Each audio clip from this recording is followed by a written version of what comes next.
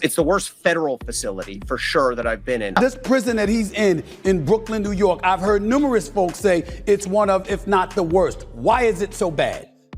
I don't know if guys have noticed this, like a lot of ladies drink water at parties. They just, so if you don't have what they need, they're gonna leave. Right. Gotta keep them there. Right. You need locks on the doors.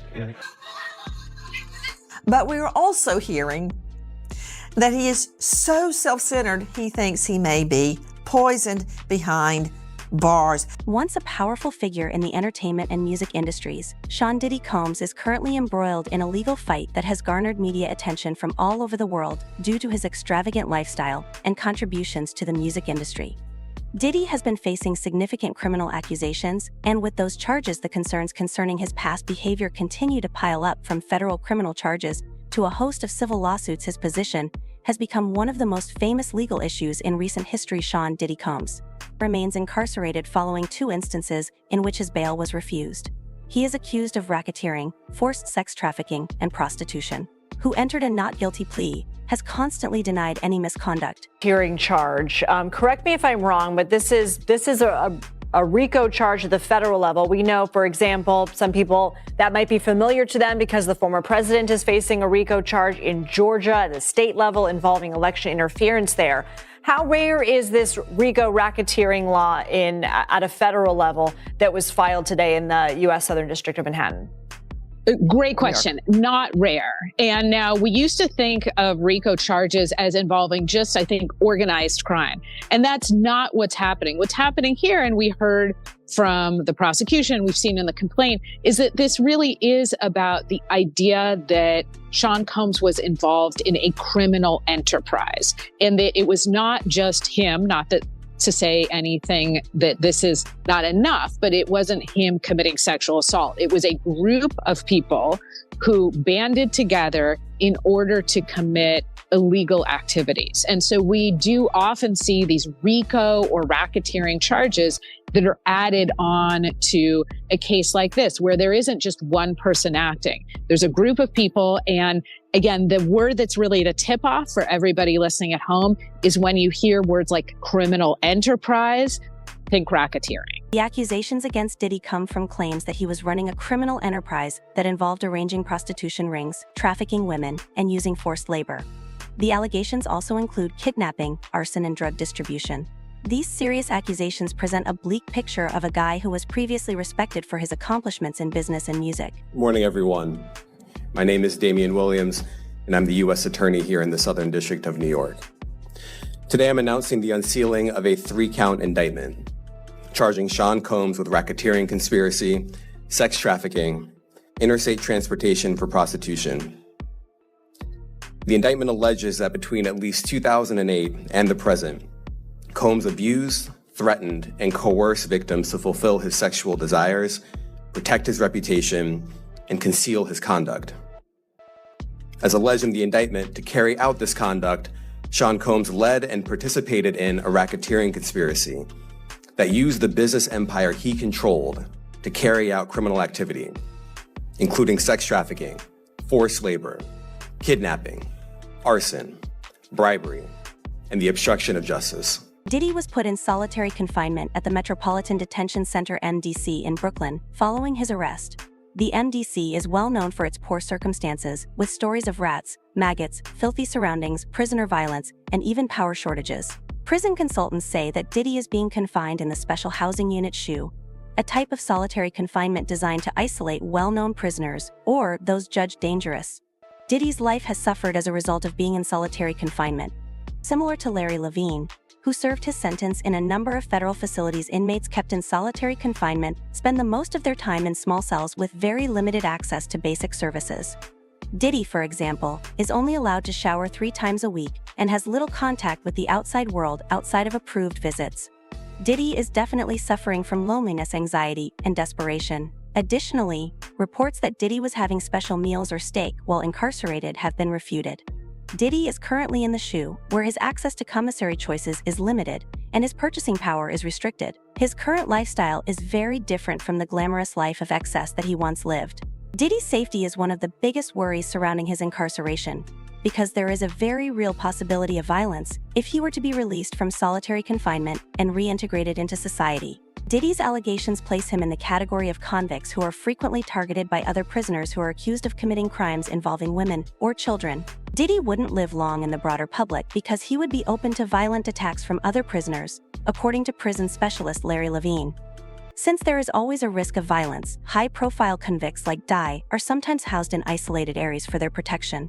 It is quite unlikely that Diddy would be placed in the general community, as this would seriously jeopardize his safety. Apart from the criminal charges, Diddy is currently dealing with a fresh civil lawsuit that accuses him of drugging and raping someone while recording the attack in the early 2000s. This is the 12th civil case that has been made against him, and just like the others, Diddy has refuted the accusations.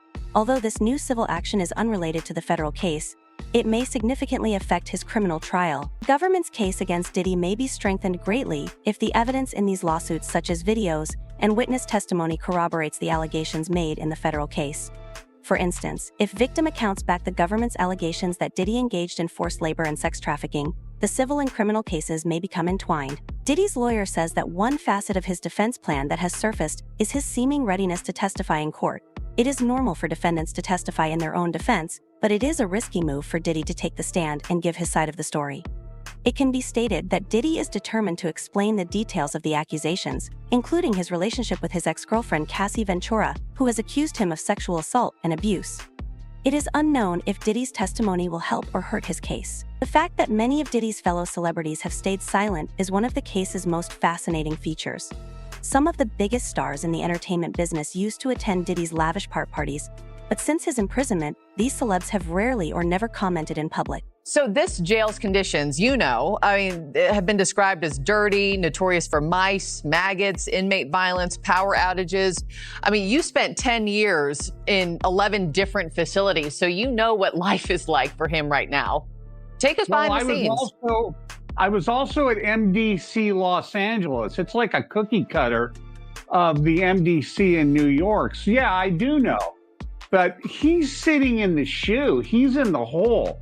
And this guy is going through loneliness, anxiety, desperation. He's on suicide watch, and they hand out like psych meds, like they're M&Ms to these inmates to try to get them to cope with what's going on. So his entire existence is to sit in this little cell, essentially. He can shower 3 times a week. He's not getting any real visits. If his lawyer does a legal visit, they have to come upstairs into the special housing unit to see him.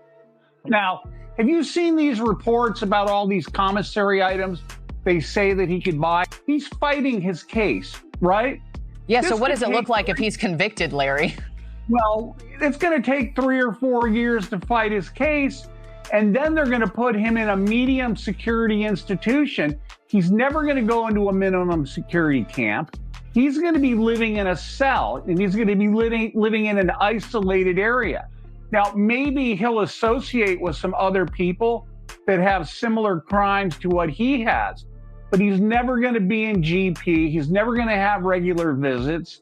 He's going to have visits through the telephone, no contact visits for him. When you were an inmate, Larry, if a celebrity was brought in, say status like his, I don't know if that ever happened for you. What were your thoughts about them being in the cell down the way? I thought that, wow, look what they've gone from, having millions, billions of dollars. Now all of a sudden they're living out of a 2-foot by 3-foot locker.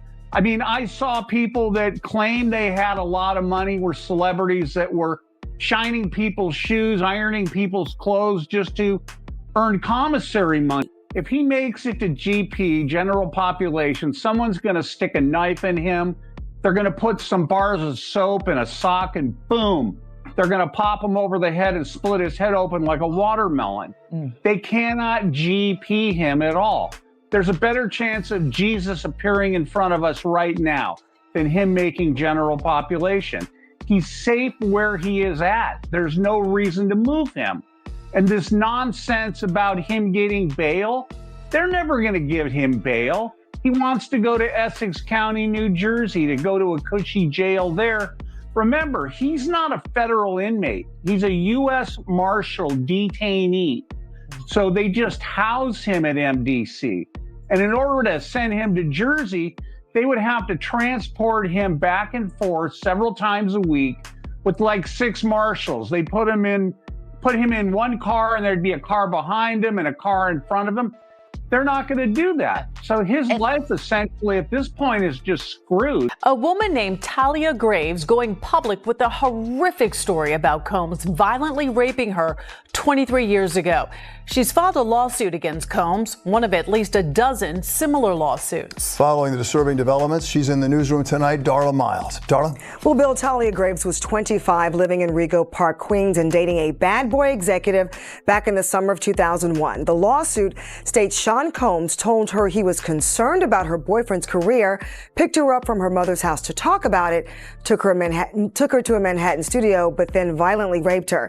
She says, making matters worse, just last fall, she found out the rape had been videotaped and is now being sold as pornography. Settled in November of last year. And so all other lawsuits, you said we have like 12 now. There's going to be a big point of corroboration and also furthering allegations. So when the government goes and gets all of these videos and they have all of these alleged victims saying in these videos you're going to see drugs and sex, and that person's a sex worker and that person was against their will and the doors are locked, that's just going to further help a federal investigation and criminal prosecution of Sean Combs. A lot of conversation with some of the celebrities that have been identified as victims, and another term that I use is victim perpetrators. So although some of these individuals may have been victims, they may have also been perpetrators that participated in the forced fraud and coercion of others. So those investigations, those conversations have already started, and everyone, as I have stated before, needs to obtain legal counsel. HSI, which we call Homeland Security Investigation, is the lead agency on this. They are the best at what they do. They are also working in concert with the FBI, the U.S. Attorney's Office, the U.S. Postal Service, the Department of Corrections, local, state, and other agencies to determine exactly where the intersection of criminal activity and the investigations need to take place. So this is an ongoing multi-jurisdictional agency investigation, and people who have attended these parties, who may have seen something and didn't say something, everybody needs to get an attorney.